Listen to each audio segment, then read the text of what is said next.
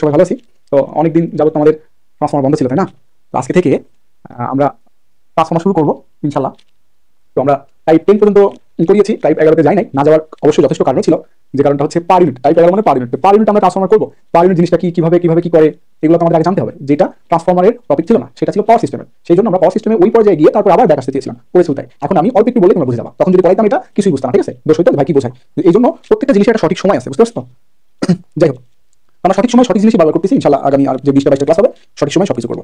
দেখো, 1 নম্বর, হ্যাঁ, এটা হচ্ছে চ্যাপ্টার না, एग्जांपल 3 এর বলছে সিম্পল পাওয়ার সিস্টেম ইজ শোন। ঠিক আছে? আচ্ছা, এই যে পাওয়ার সিস্টেমের ডায়াগ্রাম দেওয়া আছে। The system connection, sorry, the system contains 480 volt generator connected to N ideal. একটা আইডিয়াল জেনারেটর আছে, একটা আইডিয়াল জেনারেটর আছে যার ভোল্টেজ কত 480। ঠিক আছে? এর সাথে একটা আইডিয়াল ট্রান্সফর্মার আছে, এর সাথে একটা আইডিয়াল ট্রান্সফর্মার আছে যার রেশিও কত 1:10 1:10। এই যে ট্রান্সফর্মার রেশিও কত দিছি 1:10। ঠিক আছে? এটা স্টেপ আপ ট্রান্সফর্মার। তারপর বলছে ট্রান্সমিশন লাইন, তারপর বলছে ট্রান্সমিশন লাইনের সাথে আরেকটা স্টেপ ডাউন ট্রান্সফর্মার আছে যার রেশিও কত 20:1। ঠিক আছে? এটা হচ্ছে স্টেপ ডাউন ট্রান্সফর্মার। আচ্ছা, ট্রান্সমিশন লাইনের ইম্পিডেন্স কত 20 প্লাস j অফ 60। এই যে 20 প্লাস j অফ 60 ট্রান্সমিশন লাইনের ইম্পিডেন্স। আচ্ছা, তারপর বলছে লোড ইম্পিডেন্স কত 10 অ্যাঙ্গেল অফ 30। ঠিক আছে?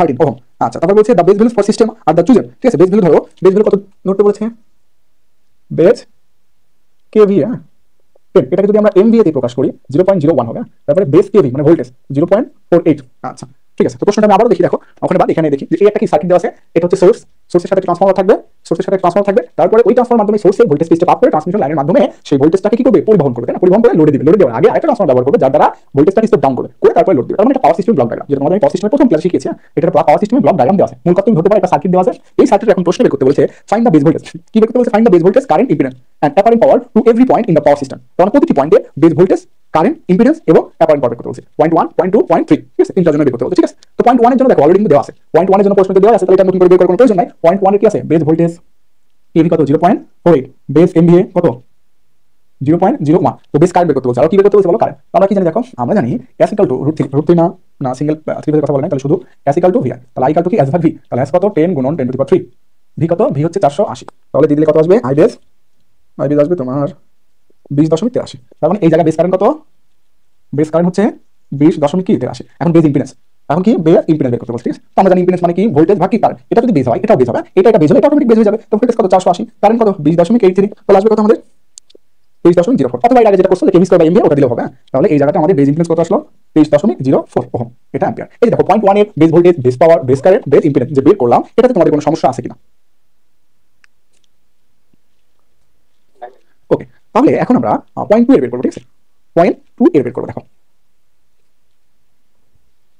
আচ্ছা, পয়েন্ট 2।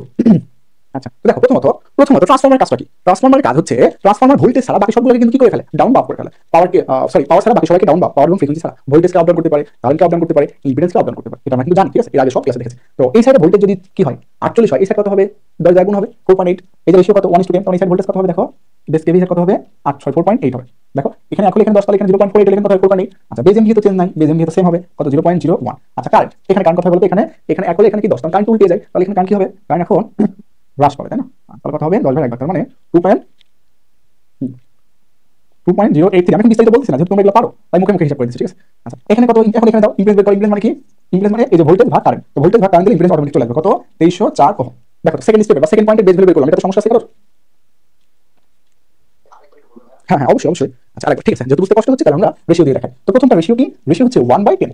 এই ট্রান্সফর্মার রেশিও কত 1/10। ওকে, তো ট্রান্সফর্মার আমরা লিখতে পারি আবার যে প্রাইমারি বেস বাই কি সেকেন্ডারি বেস ইকুয়াল টু কি রেশিও। তাহলে আমাদের লাগবে কি সেকেন্ডারি বেস। তাহলে কি পাবো যে primary base by A. Primary base কত 0.48। প্রাইমারি বেস কত 0.48 বা 480, যেটা 0.48 দিলে কেভি, 480 দিলে কি শুধু ভি হবে। ওকে, ডিভাইড বাই এ মানে 1/10। তাহলে কত আসলে আমাদের 4.8 কেভি। ঠিক আছে? তাহলে সেকেন্ডারি বেস ভোল্টেজ কত 4.8। সেকেন্ডারি বেস ভোল্টেজ কত দিছি 4.8। ওকে, এমভিএ।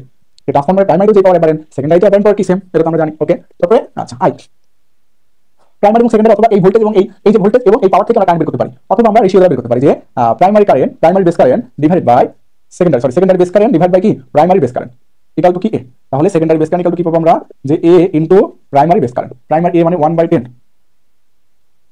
প্রাইমারি বেস কারেন্ট ছিল 20.83, কত আসলো 2.83। এই যে 2.83 সরি 0.83। তারপরে জেড বের করতে বলছে। তো আবার রেশিও বের করতে পারি যে এ স্কয়ার মানে কি জেড প্রাইমারি বাই কি জেড সেকেন্ডারি, অথবা ভোল্টেজ জানা তাহলে ভোল্টেজ বের করতে পারি যে ভোল্টেজ বাই কি কারেন্ট।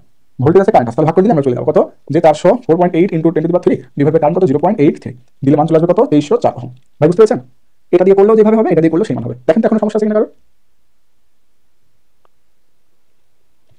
ওকে, সমস্যা নাই। যিনি প্রশ্ন করেছেন উনি কি বুঝতে পেরেছেন? ওকে, ঠিক আছে। আচ্ছা, এখন আমরা দেখবো তাহলে থার্ড পয়েন্টের বেস, থার্ড পয়েন্টের বেস। তো থার্ড পয়েন্ট মানে কি? এই পয়েন্ট দেখো, এই পয়েন্টের কত আছে, রেশিও কত আছে, 20 আছে। তাহলে আমি আবার ভেঙে দিই, সমস্যা নাই। এই ইকুয়াল টু কত, 20। ওকে, আবার সেম সূত্র, যে primary base voltage by secondary base voltage equal to কি? তাহলে লিখতে পারি secondary base voltage equal to কি? প্রাইমারি বেস ভোল্টেজ ভাগ এ মানে কত, 20। তাহলে কত পাবো আমরা এখানে? আমরা পাবো 0.24। তাহলে এখানে বেস ভোল্টেজ কত পাবো? এখানে বেস ভোল্টেজ পাবো 0.24। ওকে, আচ্ছা, পাওয়ার কি? এখানে যে পাওয়ার, এখানে সেই পাওয়ার, এখানে সেম পাওয়ার তো কোনো চেঞ্জ নাই, 0.01। ওকে, তারপরে কারেন্ট, তাই না? কারেন্ট রেশিও দিয়ে বের করতে পারি, আবার ভোল্টেজ এবং পাওয়ার আছে এখান থেকে বের করতে পারি, যা খুশি তাই। রেশিও যদি বের করতে কি হবে, যে secondary base current divided by primary base current. তাহলে সেকেন্ডারি মানে ওই সাইড বের করতেছি, সেকেন্ডারি বেস কারেন্ট কত পাবো, যে ratio into primary base current কত, 2.083। তাহলে কত আসবে আমাদের?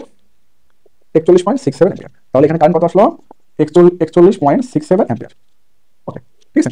আচ্ছা, তারপরে জেড বের করতে, জেড মানে জানি ভি বাই কি আই, তো ভি কত?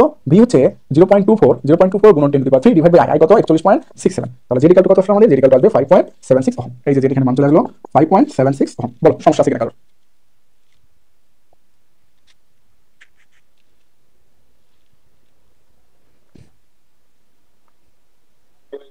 ওকে, ঠিক আছে। তাহলে এবার 2 নম্বর প্রশ্নে চলো।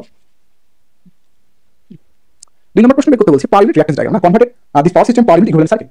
মানে এই যে সার্কিটটা আছে এটাকে পার ইউনিট ইকুইভ্যালেন্ট সার্কিট আমাদের ডিজাইন করতে বলেছে। তো আমরা তো পাওয়ার সিস্টেম এটা ম্যাথ প্রচুর করেছি, তবুও যেহেতু এটা ট্রান্সফরমার আমি একটা করে দেবো, সমস্যা নাই। তাহলে দেখো আমরা 2 নম্বরটা চলে যাই। আচ্ছা, ঠিক আছে। দেখো প্রথমে আসো এইটা, পার ইউনিট ভোল্টেজ, তাই না? পার ইউনিট জেনারেটর ভোল্টেজ, তাহলে ভিজি পার ইউনিট মানে কি? অ্যাকচুয়াল বা বেস? অ্যাকচুয়াল কত? 480। বেস কত? বেস 480। তাহলে কত হচ্ছে? 1 পার ইউনিট। ঠিক আছে, ওকে। তারপর কি আছে দেখো তো, তারপর আছে ট্রান্সমিশন লাইন, তো ট্রান্সমিশন লাইন, এই যে লাইন দিলাম, অ্যাকচুয়াল বাই বেস, অ্যাকচুয়াল কত? 20 প্লাস জেফ কত? 60 ডিভাইড বাই এর বেস ইম্পিডেন্স কত দেখো তো, 23.4 অথবা kV square by MV. KV square MV যে কথা, 23.4 সেই কথা কেন? কারণ এটা দ্বারা আমরা আগে বের করে নিয়েছি। তাহলে যে অ্যাকচুয়াল বাই কি বেস দিয়ে দাও, তাহলে তোমার মান চলে আসবে 0.0087 প্লাস জেফ 0.026। কি এটা? পার। ওকে, লাইন চলে আসলো। আচ্ছা, লাইনের পর কি আছে? লাইনের পর দেখো আছে শুধু এখানে লোড, না কি আছে? লোড। তাহলে এখন জেড এল পার ইউনিট লিখতে পারি। জেড এল পার মানে কি? অ্যাকচুয়াল বাই বেস, অ্যাকচুয়াল কত?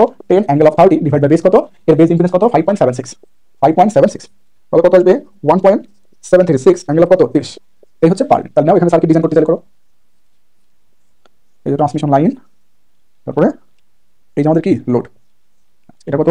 0.0087, এটা কত? 0.026, এটা কত? 1 অ্যাঙ্গেল অফ 0 পার ইউনিট, এটা কত? 1.736 অ্যাঙ্গেল অফ 60, অ্যাঙ্গেল অফ 60 না 30, সরি 30 পার ইউনিট। শেষ। এটা হচ্ছে পার ইউনিট রিঅ্যাক্ট্যান্স ডায়াগ্রাম। বলো, সমস্যা আছে কিনা?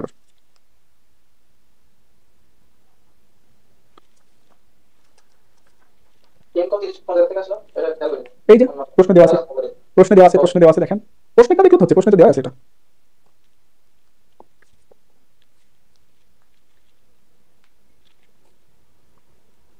আচ্ছা, তাহলে মুছে দিলাম, হ্যাঁ। আচ্ছা, এখন সি নাম্বারটা দেখো, সার্কিট এমনই থাক। সি নাম্বার এবং ডি নাম্বার আমি কিভাবে করবো, আগে যেমন আছে এমন ভাবে করে দেখো। সি নাম্বারটা বলছে যে এই যে লোড, এই লোডের পাওয়ারটা বাহির করো। এই যে লোড আছে, লোডের পাওয়ারটা কি করো? বাহির করো। ঠিক আছে, লোডের পাওয়ার বাহির করো।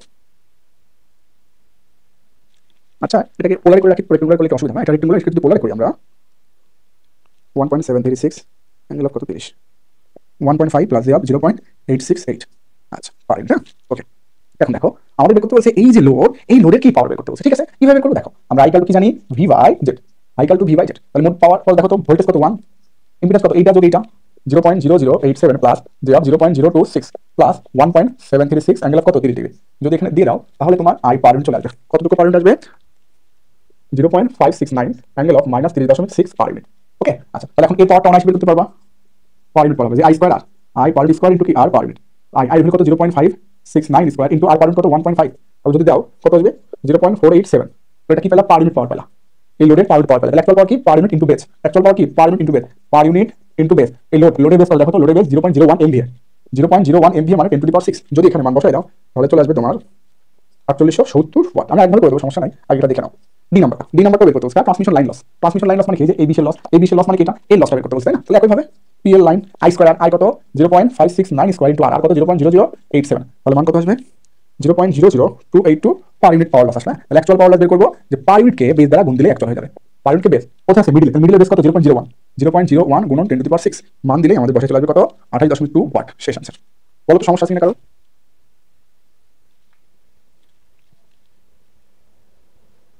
এখন দেখো, যদি অ্যাকচুয়ালি করো মানে ওমিক ভ্যালু দিয়ে করো, তাহলে কিভাবে করবে? আমরা তোমরা যেভাবে করেছো, এগুলো তোমরা না করে দিলে হতো। এগুলো এগুলো করে দেখতে ছিল না, কারণ এগুলো আমরা পার্সিস্টেন্ট করতেছি, তবে একটু স্পিডে দেখাই দিচ্ছি আর কি, নাহলে তো স্পিডে করাইতাম না। সিডি আমরা আবার করবো, হ্যাঁ। সিডি আবার করবো কিসে? অ্যাকচুয়াল। কিসে করবো? অ্যাকচুয়াল। তাহলে সার্কিট অ্যাকচুয়াল সার্কিট করে নিই। এটা কি পার ইউনিট বেসগুলো কত? বলো 20। তাহলে এখানে বসাই দিই অ্যাকচুয়াল ভ্যালু, অ্যাকচুয়াল ভ্যালু বসাই দিই।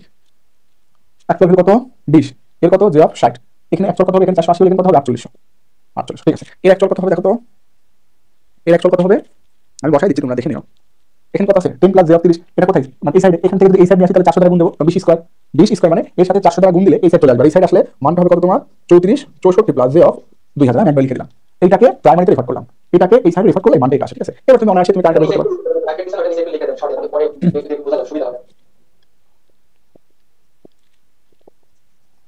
আচ্ছা ঠিক আছে, আচ্ছা ঠিক আছে, এখন আমরা কারেন্ট বের করবো, ঠিক আছে। এখন তখন তো বের করছি আমরা পার ইউনিট কারেন্ট, যে পার ইউনিট কারেন্ট এই জায়গাও যেই মান, এই জায়গাও সেই মান, এই জায়গাও কি একই মান। এবার বের করবো কিন্তু পার ইউনিট কারেন্ট আর অ্যাকচুয়াল কারেন্ট, কি বের করবো অ্যাকচুয়াল কারেন্ট, আইটা কি ভি বাই জেড, তো ভি কত 4800, ভি বাই জেড কত সার্কিটের টোটাল যে 20 প্লাস যে 60 প্লাস 34 64 প্লাস যে 2000, ঠিক আছে। ওকে, তাহলে দেখো কারেন্ট কত আসলো, কারেন্ট আসলো তোমার 1.185 অ্যাঙ্গেল অফ মাইনাস 30.60। রাশিদ ভাই বলেন তো ভাই, যে এই যে কারেন্টটা বের করলাম এটা এখানে না এই লুপের, না এই লুপের, কোন লুপের, লুপ এখানে তিনটা, কোন লুপের কারেন্ট বের করলাম বলেন তো, এটা তো পার ইউনিট না যে সব লুপে সেম হবে, এটা অ্যাকচুয়াল, অ্যাকচুয়াল কারেন্ট সব লুপে সেম হয় না, বলেন তো কোন লুপের কারেন্ট,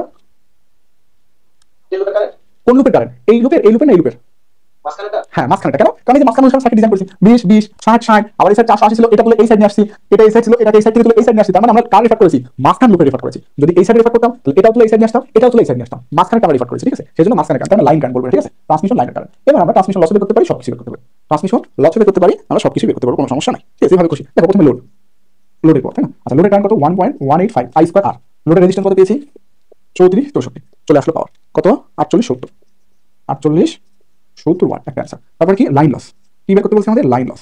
লাইন লস কি সেম সূত্র আই স্কয়ার আর, এই যে লাইন পেয়ে, তাই না, এই যে 20 20 আছে আই স্কয়ার আর, তাহলে I square R 1.85 square into 20, তাহলে এখানে মান চলে আসবে কত 28.2, 28.2। আচ্ছা আমি দুইভাবে করে দিলাম, যার যেভাবে খুশি সেভাবে করে। এই লস মানে কি লাইন লস, এই যে এই এটা লস মানে কি লোড লস, আমি সেটাই করছি। এই লস এইটা, এই যে লোডের লস এই যে এখানে বের করছি। দেখো তোমরা পার করতে পারো অথবা আগে নিয়মে করতে পারো, যেভাবে খুশি করো।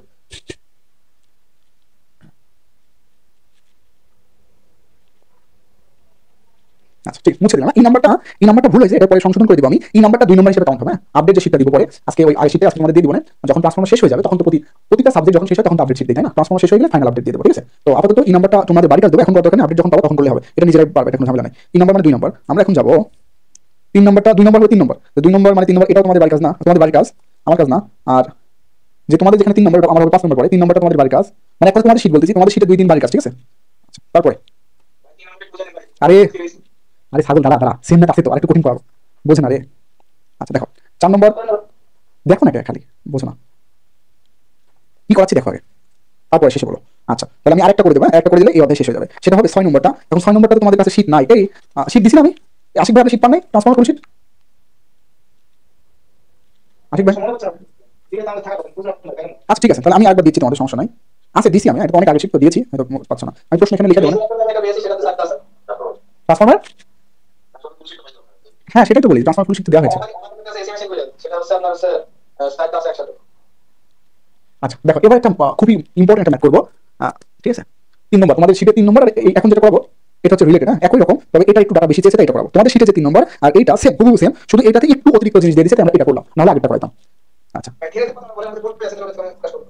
আরে ভাই রে, এটা থেকে জানা, এটা হুবারের আগেরটা ছিল থেকে যায়, এটা হচ্ছে হুবার, দুটোই সেম, তবে এটাতে একটু ভিন্ন ডাটা দিয়েছে এই আর কি।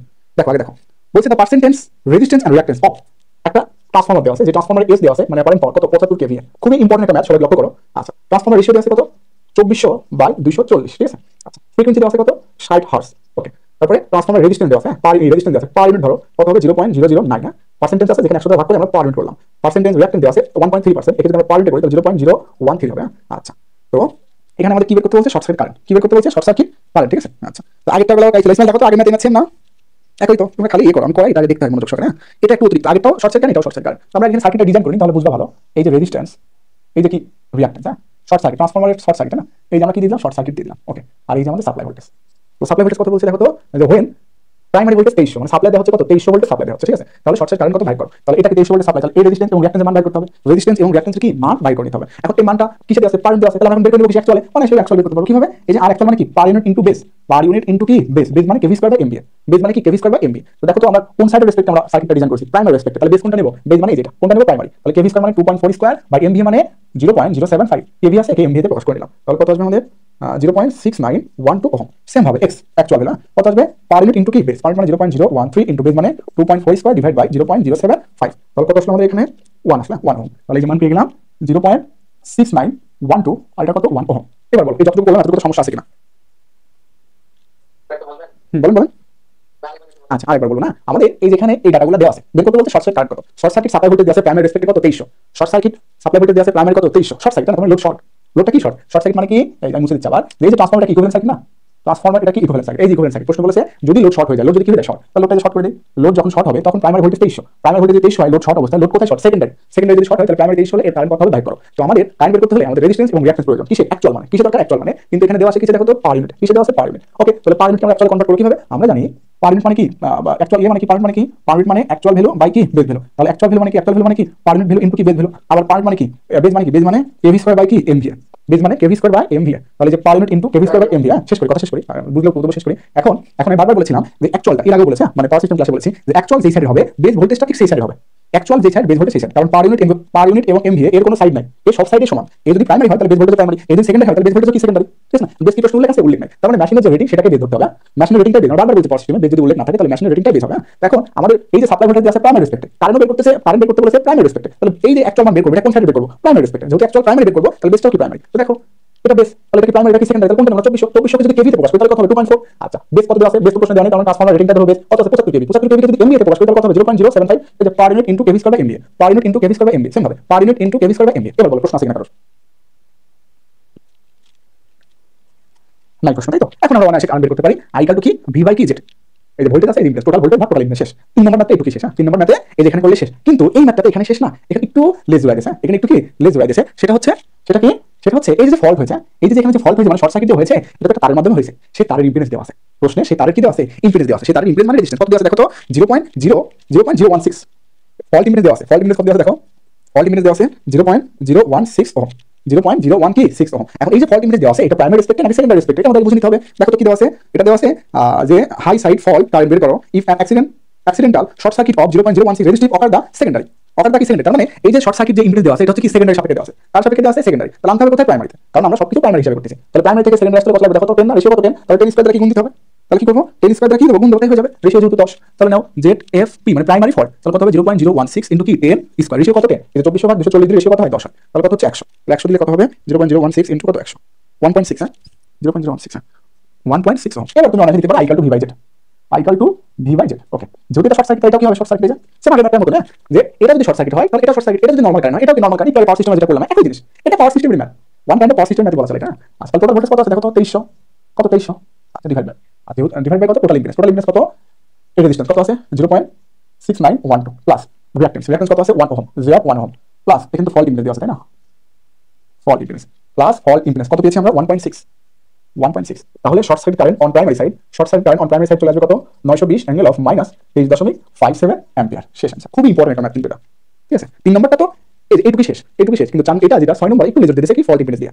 ইসমাইল শুনতে পাচ্ছ, 3 নম্বর কোণে কপার লস আপনাদের রেজিস্ট্যান্স আছে, কপার লস দা রেজিস্ট্যান্স কি তা দেখা দিয়েছে, দেখো কপার লস দা পার ইউনিট রেজিস্ট্যান্স কি তা, এর আগে তোমাদের বলে অন্য ব্যাচে বলছিলাম, আমি প্রমাণ করে দিচ্ছি, আগে এটা দেখো এটা সমস্যা আছে কারো, ওকে তাহলে ওকে এবার দেখো কপার লসকে কিভাবে পার ইউনিট রেজিস্ট্যান্স বলে, কপার লস যেটা সেটাকে পার ইউনিট রেজিস্ট্যান্স শতকরা কপার লস যা শতকরা রেজিস্ট্যান্স কি তাই, এটা কেন এটা প্রমাণ করব, তার আগে বলো এটাতে সমস্যা আছে আবার বলতেছি না, ইসলাম একটু প্রমাণ করে দেখি যে ব্যাপারটা আসলে কি।